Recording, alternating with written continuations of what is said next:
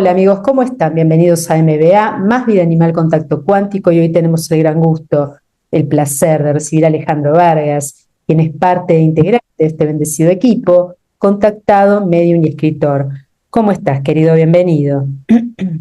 Como siempre, un placer estar aquí con toda la audiencia. El placer es nuestro siempre de recibirte con estas canalizaciones tan fidedignas. Le queremos contar a la audiencia que hoy vamos a hacer una canalización de Juan Pablo I, quien fue uno de los papas que tuvo el papado más corto de la historia, porque duró 33 días. Voy a decir una pequeña biografía. Si bien la mayoría puede conocer la historia, vamos a refrescarlo. Juan Pablo I, quien fue Albino Luciani, nació el 17 de octubre de 1912 y trascendió en la Ciudad del Vaticano el 28 de septiembre de 1978. Fue el 263 Papa de la Iglesia Católica, ese número, y soberano de la Ciudad del Vaticano desde el 26 de agosto del 78 hasta su muerte, ocurrida 33 días después. Su pontificado fue uno de los más breves de la historia, dando lugar al más reciente año de los tres papas. Fue el primer papa nacido en el siglo XX y también el último en trascender en dicho siglo. Asimismo, es el último pontífice italiano hasta la fecha, tras una larga sucesión ininterrumpida de papas italianos a lo largo de más de 4 siglos, iniciada con Clemente VI en 1523. Antes de celebrarse el cónclave que lo eligió, expresó su deseo de no ser elegido, confesando a aquellos más cercanos a él que renunciaría al papado si era elegido, pero cuando fue realmente electo por los cardenales, se sintió obligado a aceptar. Fue el primer papa que eligió un nombre papal compuesto, Juan Pablo, en honor a sus dos predecesores inmediatos, Juan XXIII y Pablo VI. Explicó que quiso homenajear a ambos al sentirse agradecido y en deuda con ellos por haberle nombrado obispo y cardenal respectivamente. Sus dos sucesores, Juan Pablo II y Benedicto XVI, han recordado su actitud cercana, amable y cariñosa en múltiples ocasiones. En Italia es recordado con los apelativos de Papa de la Sonrisa y la Sonrisa de Dios. La revista Time y otras publicaciones se refirieron a él como The September Pope, el Papa de septiembre. Está en presencia con nosotros, querido, quien fue Albino. Sí, claro. Bienvenido. Fuiste el mayor de 5 hijos y provenías de una familia humilde. Siendo sacerdote visitaste hospitales donde aparecías sin avisar, donde había gente enferma y personas discapacitadas. ¿Quién habías sido tú en una encarnación anterior y por qué en esta última tuviste que ser sacerdote y papa dentro de la Iglesia Católica? En la vida anterior que él tuvo en la época de Cristo, estuvo muy conectado con Jesús a través de sus enseñanzas, a través de su amor al prójimo. Y en esta última vida que él tuvo como Albino Luciani, él tenía muy claro que venía acá a dejar el amor de Jesús, venía a ayudar al prójimo, a ayudar al otro, porque él siempre fue una persona que nunca antes de mirar por él, miraba por los demás. Así que él tenía muy claro que su vida iba a estar dedicada al servicio de Dios y al servicio de ayudar también a los demás. En 1941, Luciani comenzó a estudiar para obtener un doctorado en teología nativa por la Pontificia Universidad Gregoriana, que requería un año de estancia en Roma. Tu tesis doctoral, que fue galardonada con la calificación de Magna Cum Laude, exploraba la idea de que la persona humana no es simplemente un resultado de la evolución en la naturaleza, sino una creación única e individual de Dios. Luciani argumentaba que el alma es el principio vital que da sentido y propósito a la existencia humana, refutando la postura de Rosmini y defendiendo la creencia de que el alma es una creación directa de Dios. Porque Rosmini decía que no, que era un tema evolutivo, que Dios no tenía nada que ver, y tú refutaste esto. ¿Por qué hoy, siglo XXI, no se entiende que todo lo invisible y lo visible, o sea, lo poco que podemos ver acá, que es lo que nos rodea en esta 3D, es creación de Dios? Porque el humano está conectado con lo material. El humano no quiere ver que Dios es fuente inagotable de todo lo que vemos, que Dios es energía, que nosotros somos energía creadora de Dios, no quiere ver más allá, no quiere debatir, o sea, es como que casi el 90% de las personas están tan conectadas con esta Matrix, como que es muy difícil de que puedan entender que Dios es inteligencia suprema y que Dios lo es todo. Así es. Dijiste en una homilía, estoy pensando en estos días que conmigo el Señor actúa un viejo sistema suyo. Toma a los pequeños del fango de la calle y los pone en alto. Toma a la gente de los campos, de las redes, del mar, del lago y hace de ellos apóstoles. Es su viejo sistema. Ciertas cosas el Señor no quiere escribirlas ni en el bronce, ni en el mármol, sino en el polvo, de modo que si queda la escritura sin descompaginarse, sin dispersarse por el viento, esté bien claro que todo es obra y todo es mérito solamente del Señor. En este polvo el Señor ha escrito la dignidad episcopal de la ilustre diócesis de Vittorio Veneto. Esto lo dijiste, como dije en una homilía, y dada esta circunstancia y la seguridad de tus dichos, ¿tenías contacto telepático con Yeshua, con nuestro amado Jesús Dios y con el comando Ashtar? Él siempre lo tuvo y Dios siempre estuvo en constante comunicación con él. Claro. Y eres un hermano del comando, obviamente. Por supuesto, faltaría más. Claro. Una pregunta más que obvia la que hizo. Continúa la biografía. Juan Pablo I fue el primer papa en suprimir la coronación papal y también el primero en elegir un nombre compuesto. Su sucesor, el cardenal Carlo Boggila, escogió el mismo nombre en su honor. El 13 de octubre de 2021, el Papa Francisco autorizó a la Congregación para las Causas de los Santos a promulgar el decreto por el cual se reconoce un milagro atribuido a la intercesión de Juan Pablo I en la curación de una niña de 11 años en Buenos Aires el 23 de julio del 2011. La beatificación se llevó a cabo el 4 de septiembre de 2022 en una celebración en la Plaza de San Pedro. ¿Quién hace los milagros? Dios, por supuesto, los hace la fuente universal de todo a través de nosotros. Nosotros somos simples intermediarios para Él, somos instrumentos. Es Dios quien lo hace todo, no hay que canonizar a absolutamente nadie, porque si no fuera por Dios, nosotros no podríamos hacer absolutamente nada. Vamos a seguir repitiendo hasta el cansancio, y no nos vamos a cansar, obviamente, que Dios lo es todo. No somos nada sin Dios. Somos sus creaciones. Es el creador del multiverso, de lo visible, de lo invisible, de lo que está más allá, de lo que está más acá. Todo depende absolutamente de Dios. ¿Sirve de algo beatificar a alguien disimulando admiración cuando en realidad lo asesinan para quitarlo del medio? Ahora vamos a ir a trascender. Absolutamente para nada. Todos disimulos y cortinas de humo de la curia. Eras conocido en tu comunidad por ir a visitar a los niños en hospitales y a personas discapacitadas sin previo aviso, como ya lo había dicho. Ibas con una bicicleta y también recibías a los sacerdotes sin cita previa. Las acciones hablan por sí solas de la persona que las ejerce. ¿Por qué ser un ser crístico es actuar de la manera en la que tú lo hacías, sin importar qué profesión u oficio tenga la persona que lo ejerce? Porque hay que actuar con nobleza y hay que actuar con amor siempre hacia el prójimo y sobre todo también en representación de Dios, porque Dios es así y Dios actúa de esa manera. Y qué mejor que actuar de esa manera que a través de nuestro Padre tal cual Él lo haría. Así es como, y porque Él también, por supuesto, no miraba a nadie por encima de nadie. Él los veía a todos como sus hermanos, porque esos somos todos. Hermanos con Dios. Hermanos, que incluye todos los seres vivos, lo vamos a seguir repitiendo también una y otra vez, que son los animalitos, toda la naturaleza y el planeta mismo.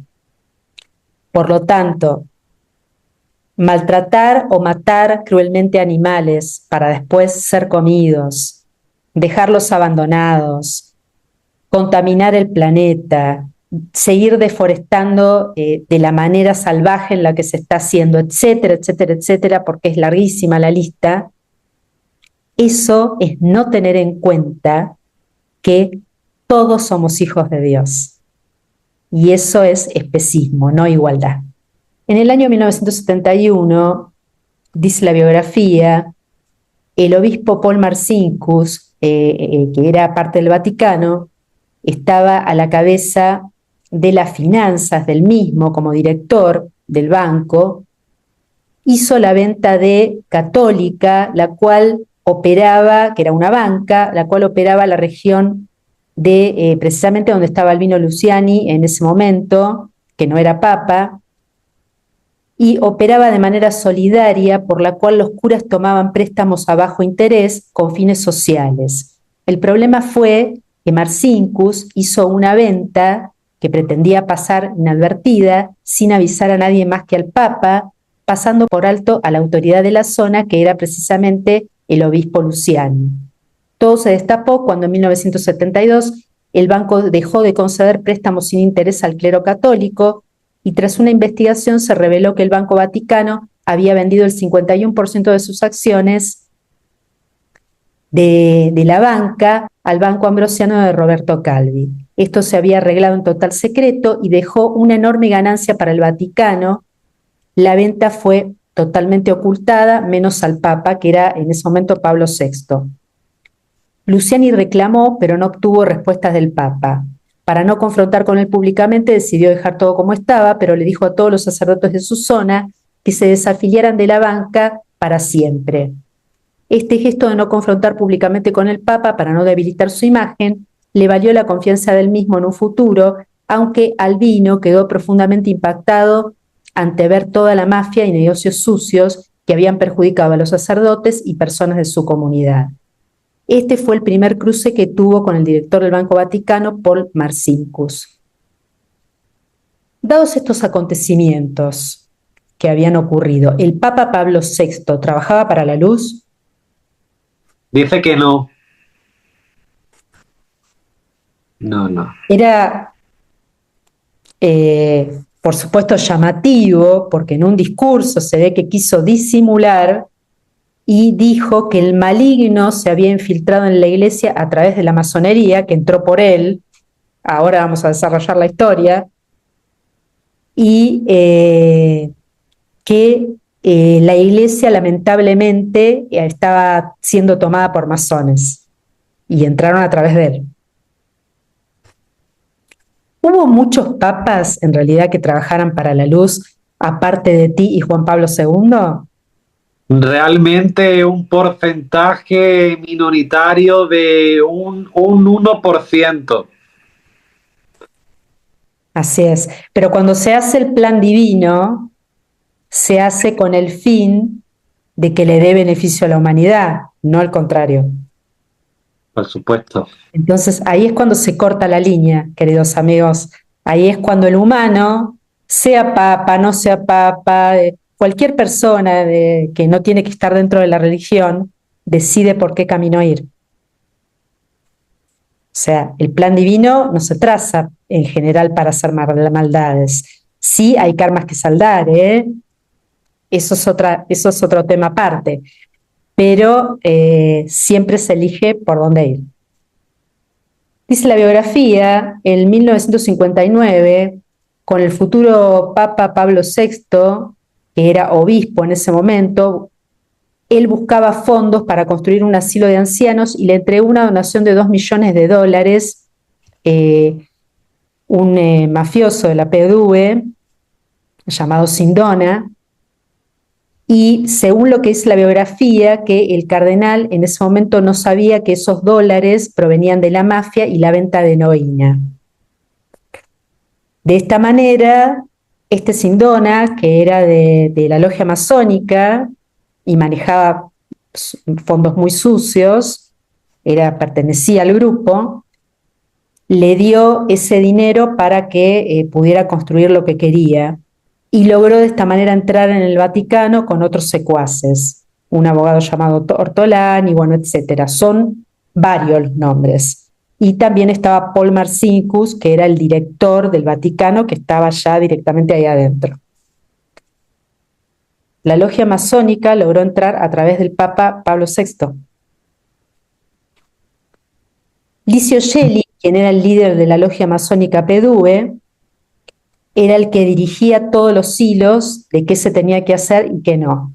Después el Papa Pablo VI nombró a Sindona, que fue el que le dio esta donación, consejero económico, además, consejero económico que ayudaba en materia impositiva al Vaticano, siendo este administrativo del banco y directivo de nada menos que 24 compañías en representación de la oscura sede, y después fue otra persona más llamada Espada quien le dio también participación. ¿Por qué en este momento de la historia, estando Pablo VI, más allá de que él eligió ir por un camino contrario a la luz, logra entrar la masonería y no antes? Porque digamos que él fue quien les abrió la puerta, porque hubo otros papas anteriores como que no permitió que la masonería entrara, y es como que a través de pactos diabólicos, que mejor ni nombrar cuáles son esos pactos horribles, es como ellos consiguen que entre la masonería, hacer acuerdos con el maligno, y bueno, y con otros términos que son totalmente deleznables. Podemos decir que hasta el día de hoy está metida la oscuridad dentro del Vaticano, nunca se fue. Y nunca se va a ir. Nunca se va a ir El cataclismo. hasta el cataclismo, queridos amigos. Porque bueno, sigo viendo películas que aparece un héroe, una heroína, y que de repente está viniendo el asteroide, entonces que con un láser le tiran y rompe el asteroide en 1000 pedazos, entonces, ¡ay, qué grandiosidad! Se salvó el planeta. Y dentro de la película están los que dicen que el plan de Dios es que el asteroide choque, y a esos los toman como malvados. Fíjense bien, queridos amigos, fíjense bien cómo tergiversan todo, ¿no? Y hay películas que son fidedignas, como el caso de Presagio, con que el protagonista es Nicolas Cage, que esa película sí tiene un argumento que coincide bastante con la realidad, que ya les recomendamos que la vieran. Continúa la biografía. Cuando el Papa Pablo VI lo acababa de nombrar al Paul Marcinkus, organizador de sus viajes y secretario de la Comisión Pontificia y la Magistratura de Roma, empezaron a observar con sospecha sus manejos financieros. Su reputación fue dañada severamente por las acusaciones de Michel Sindona, que pertenecía a la Logia P2, que lo vinculaba al colapso en 1982 del Banco Ambrosiano. Fue Sindona, que era presidente de la banca privada y considerado próximo a los ambientes de la mafia, el que puso a las autoridades sobre la pista al quebrar su entidad y acusar al arzobispo Marcinkus y a Roberto Calvi, presidente del Banco Ambrosiano y miembro de la logia masónica, de haberse involucrado con él en diversas operaciones consideradas de alto riesgo que precipitaron la quiebra en 1982 del Banco Ambrosiano, el mayor fraude de las instituciones financieras privadas en Italia.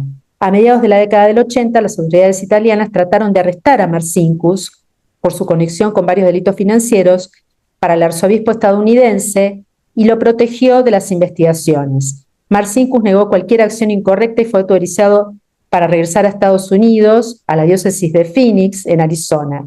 El autor inglés David Yallop indica a Marcinkus como uno de los autores principales de la presunta eliminación de Juan Pablo I. En octubre del 2019, uno de los jefes de la mafia, Anthony Raimondi, de la familia Colombo y primo de Marcinkus, sostuvo que el arzobispo fue el brazo ejecutor del asesinato del Papa Juan Pablo I en 1978 para que no sacara a la luz el fraude financiero por una suma de $1.000 millones y que podía acabar con Marcinkus en la cárcel. También en 1983 se lo acusó de ser cómplice en el secuestro y desaparición de Manuela Orlandi, la chica de 15 años que era hija de empleado del Vaticano, pero nunca se le imputó ningún cargo. ¿Fueron Marcinkus y Raimondi los autores materiales de tu asesinato y los intelectuales toda la mafia masónica italiana con Licio Gelli a la cabeza? Sí, aparte también de otras personas relacionadas también con la curia. En realidad toda la curia. Toda la curia. Hay más nombres porque es el entramado, queridos amigos, ustedes entenderán que la biografía es bastante complicada, pueden investigarla si quieren, pero escrito hay bastante poco. Hay que investigar yendo a videos, yendo a libros, que ahora voy a mencionar. Bueno, escrito no hay tanto, hay que hacer como un combo como para poder llegar a la verdad. Continuó la biografía, los años pasaron y en 1978 Pablo VI falleció, dejando la puerta abierta a un nuevo cónclave papal, en el cual fue elegido Albino Luciani como papa, que había manifestado ya que no quería ser papa, pero se vio en la obligación. Tuvo como objetivo la humanización del papado, una encíclica sobre el Concilio Vaticano II y la limpieza de ciertos elementos dentro de la Iglesia, que fue lo que posiblemente le haya costado la vida. Buscaba transparentar las cuentas del Vaticano y limpiar la Iglesia de la masonería. En 1978 Italia era un caldo de narcotráfico, violencia y negocios ilegales. Todo esto pasaba por las mafias, la masonería, la política, los servicios de inteligencia y, por supuesto, el Banco Vaticano.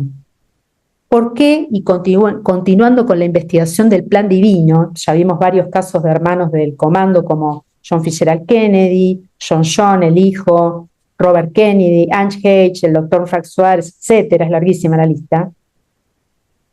Están trabajando para sacar la verdad a la luz y termina su encarnación en la tierra con un asesinato.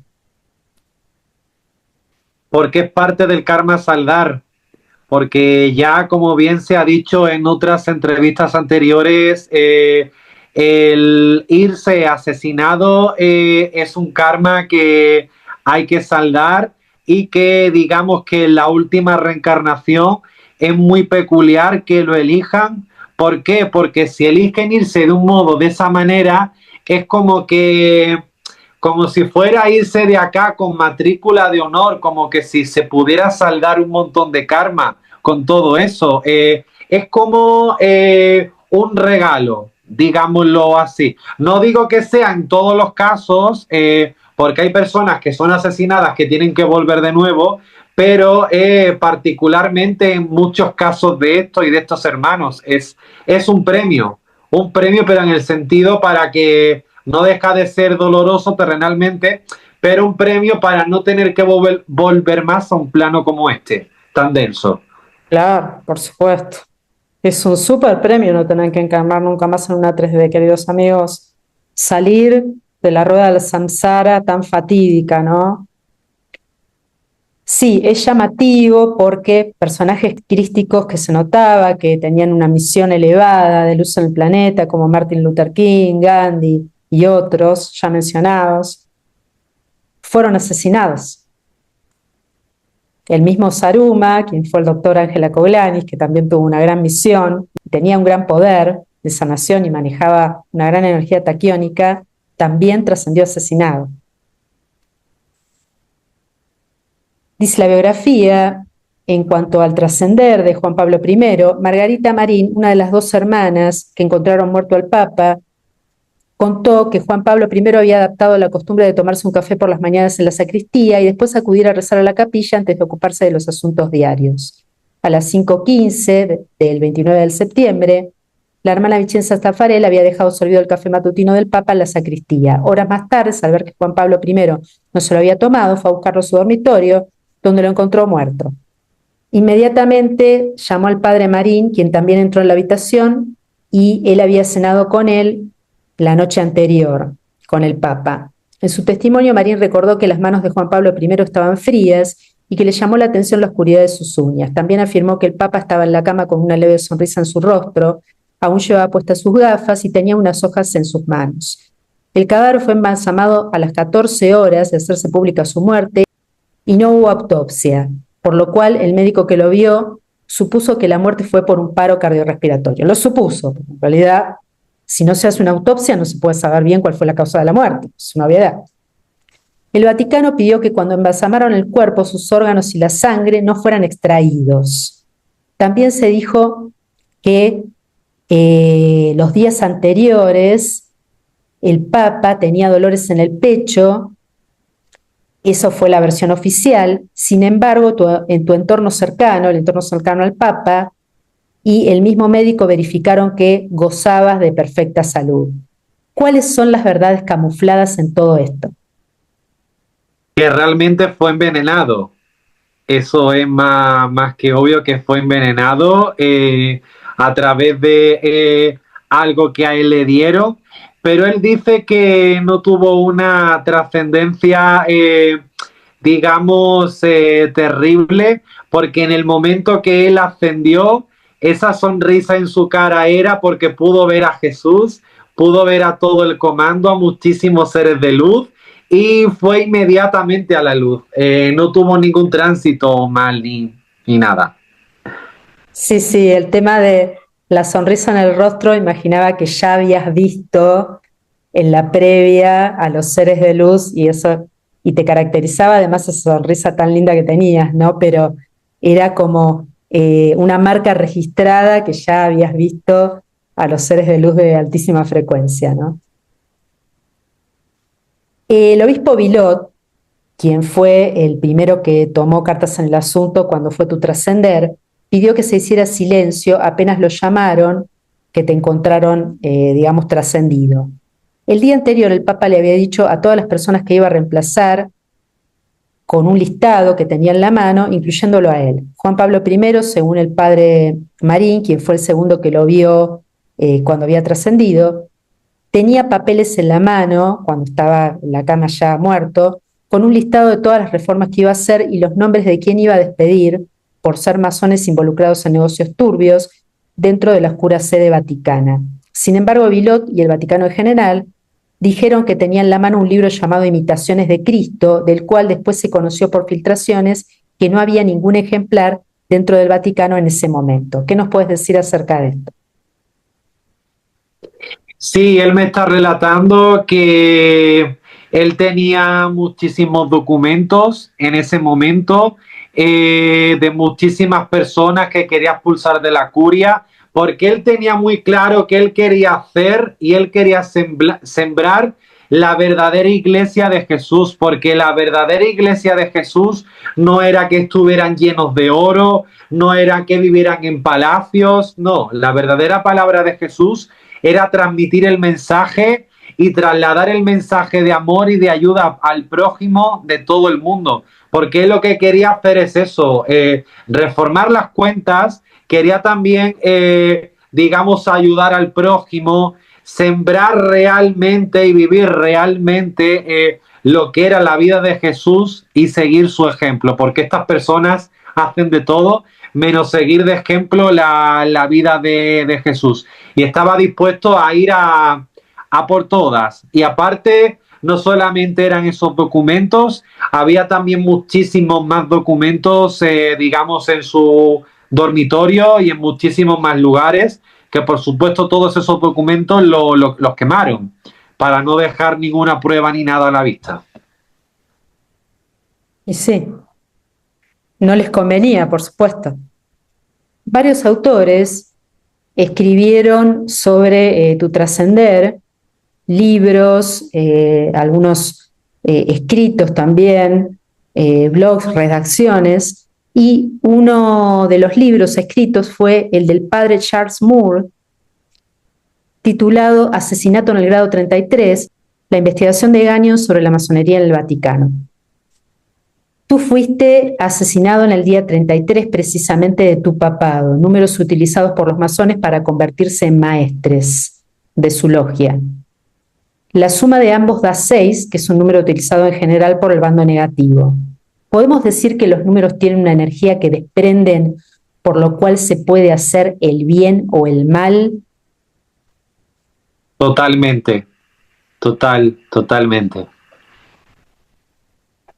¿Cuáles son los números divinos por excelencia? Me habla del 111, el 222, el 333, y también me habla de el 88. O sea, hay muchos números divinos, y como hay también números divinos, hay números también que pertenecen al maligno, como por ejemplo el 666. Otros hermanos hicieron los siguientes escritos, libros y películas. La película El Padrino III hace una referencia encubierta a la hipótesis de que la muerte de Juan Pablo I fue provocada, según declaraciones de Francis Ford Coppola, en el DVD de la misma.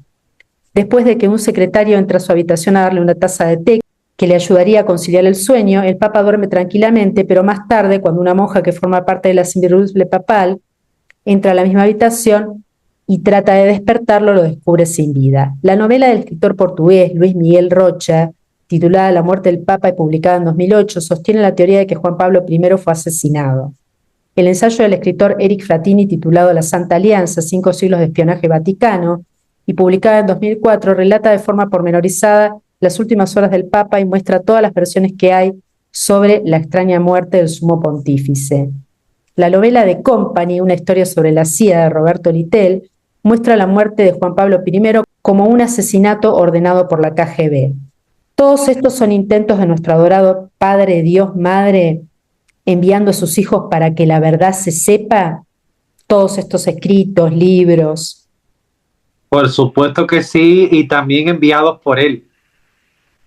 Claro, lo que pasa es que se sigue mezclando y a día de hoy sigue la pregunta, ¿murió de un paro cardíaco o lo asesinaron? Pero no es una obviedad que con la mafia que había ahí que lo rodeaba, o sea, lo asesinaron para quitárselo de en medio, que gozaba de buena salud y que no cabía un paro cardíaco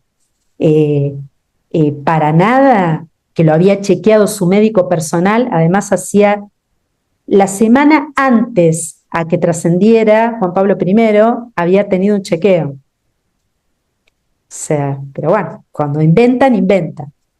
¿Por qué a Marcinkus, quien era director del Banco Vaticano en ese momento, y con todas las acusaciones que tuvo, porque Michel Sindona, cuando cayó preso, lo acusó directamente a Marcinkus, que él pertenecía a la mafia, obviamente Sindona, de quebrar su entidad, y también a Roberto Calvi, ¿no? que dice que pertenecía a la logia masónica, de haberse involucrado en diversas operaciones consideradas de alto riesgo que precipitaron la quiebra en 1982 del Banco Ambrosiano. También se lo vinculó a Marcinkus con el asesinato de Juan Pablo I, cuando su primo, Anthony Raimondi, dijo que él había sido el brazo ejecutor del asesinato, y también se lo involucró con la desaparición de Manuela Orlandi. Sin embargo, a pesar de todas estas acusaciones muy graves, el Vaticano lo eximió de toda culpa y nunca fue acusado absolutamente de nada. Quedó totalmente sin cargo de ningún tipo. En este sentido, ¿por qué una persona que se camufla de ser de luz con cargos eclesiásticos, y es en realidad todo lo contrario, tenía en su plan divino ser un asesino? Sabemos que a veces estas cuestiones son pactadas, además porque era defendido por la misma curia, o todo lo negativo que hizo desde su accionar fue parte de su libre albedrío, porque hay una línea ahí que se traza que no se entiende bien.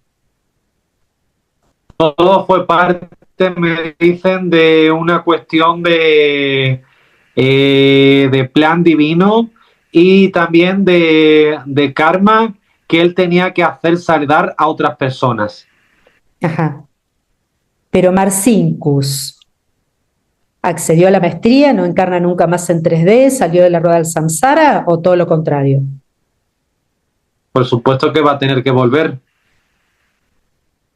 O sea que ahí hubo parte de lo pactado y parte del libre albedrío, que él decidió recorrer un camino oscuro. Lo que pasa es que, queridos amigos, el plan divino es complejo y no podemos saber todavía muy bien dónde se traza la línea, ¿sí? ¿Dónde va para un lado o va para el otro? También la declaración de la sobrina de Juan Pablo I y de su hermana, dijo que él había dejado un testamento que la iglesia lo escondió. Y también dijeron que ellas lo vieron días antes, que lo fueron a visitar y que el Papa no estaba ni estresado, ni con problemas de salud, ni absolutamente nada. Y que la curia escondió el testamento, que dice que Luciani les había hablado a ellas en varias oportunidades del testamento que había dejado. ¿Esto fue así? ¿Dejaste un testamento para tu familia y lo escondieron? Por supuesto, y aparte que la curia se quedó también con mucho dinero de él, muchísimo.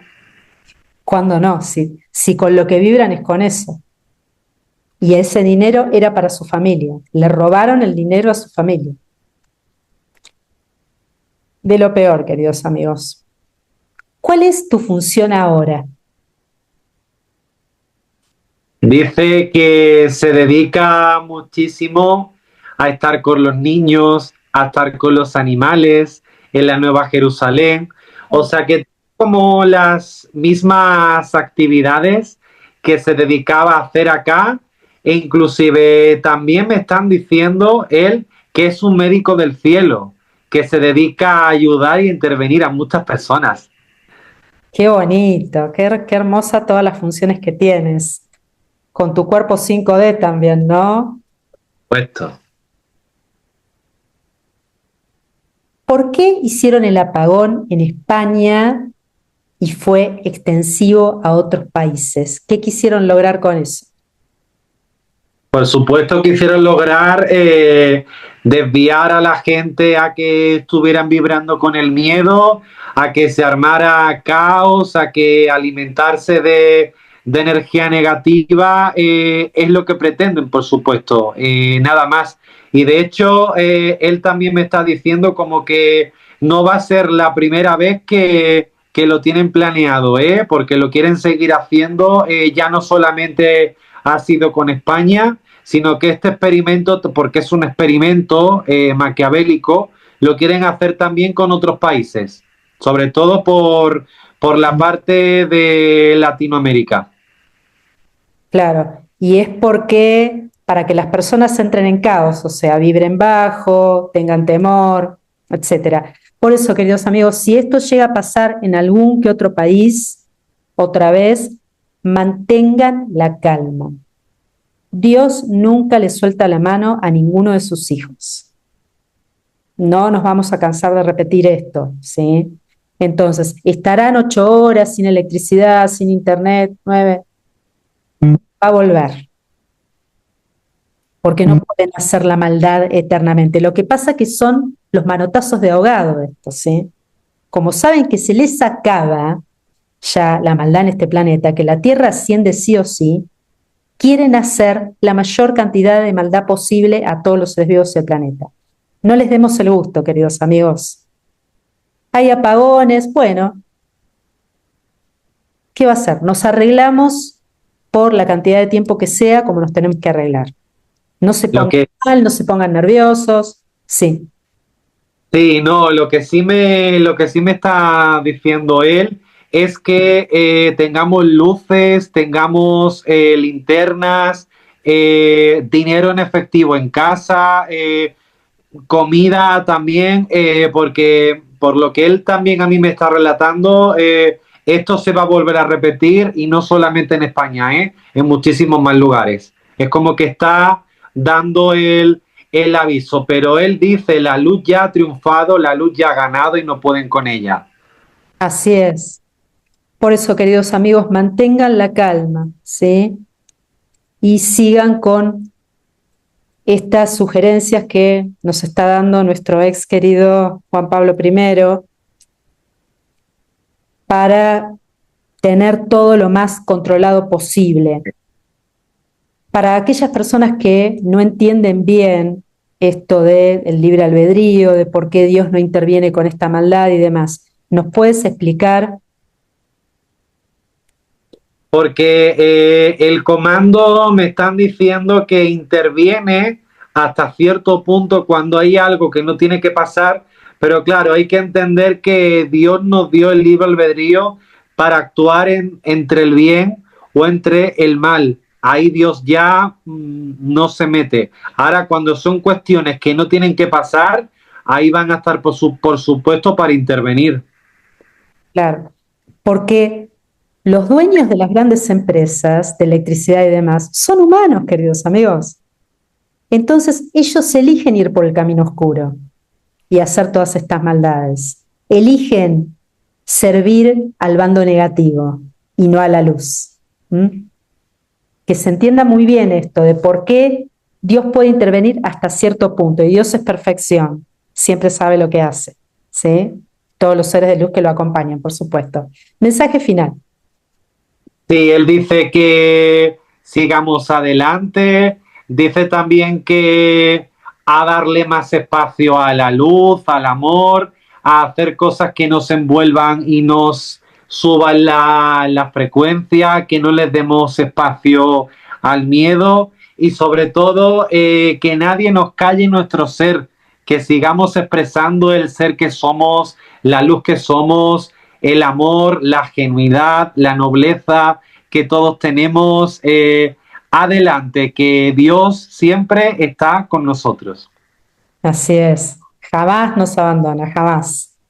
Muchísimas gracias, Albino Luciani, ex Juan Pablo I, por toda esta bendecida información. Y a ti, querido Alejandro, muchísimas gracias por esta canalización tan fidedigna. Y a los que quieran conectarse con Alejandro, pueden hacerlo al mail alejandrobergue@gmail.com, desde Instagram compartir desde la esencia, y sus libros Tránsito de las Celebridades y Volver para contarlo. Gracias, querida audiencia, por compartir, dar su like, suscribirse, pasar la palabra y compartir, que las verdades salgan a la luz. La verdad es amor y amor es Dios. Sigan por el camino de la luz, que es lo que más nos conviene a todos nosotros. Gracias. Y nos veremos en el próximo video de MBA, más vida animal contacto cuántico. Que estén muy bien. Chau, chau.